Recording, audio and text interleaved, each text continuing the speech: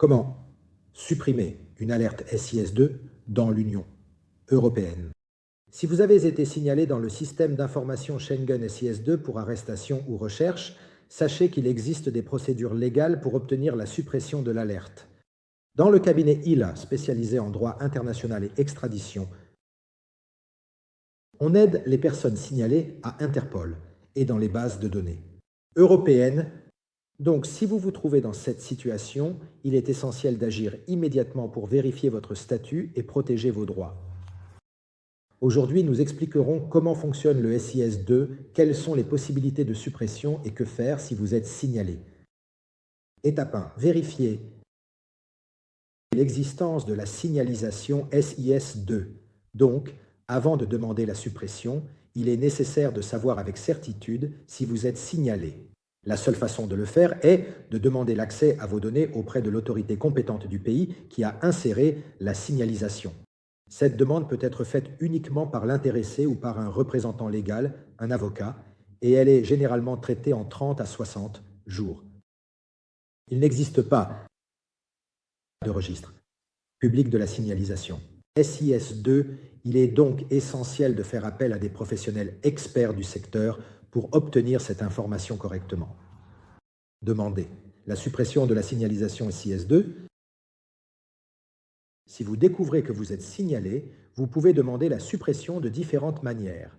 La première est une demande directe à l'autorité et au pays qui a inséré la signalisation.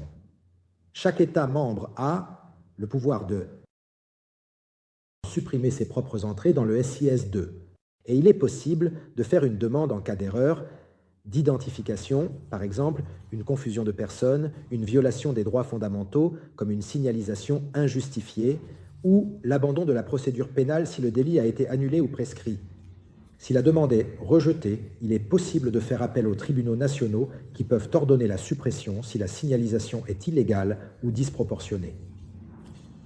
Ensuite, recours au niveau européen. Si les autorités nationales refusent de supprimer la signalisation, on peut déposer un recours auprès du contrôleur européen de la protection des données en se basant sur le RGPD pour la protection des informations personnelles.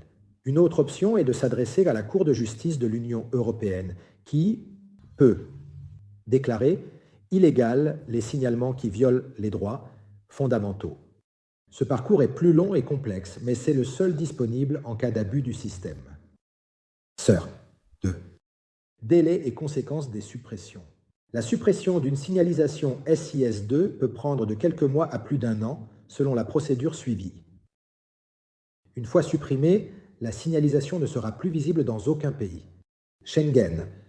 Cependant, il est important de vérifier s'il existe encore une notice rouge d'Interpol, pour le même cas.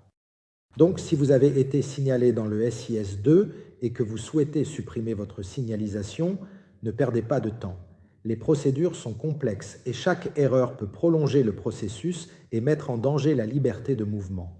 Ainsi, dans le cabinet ILA, il est possible de vérifier les positions légales.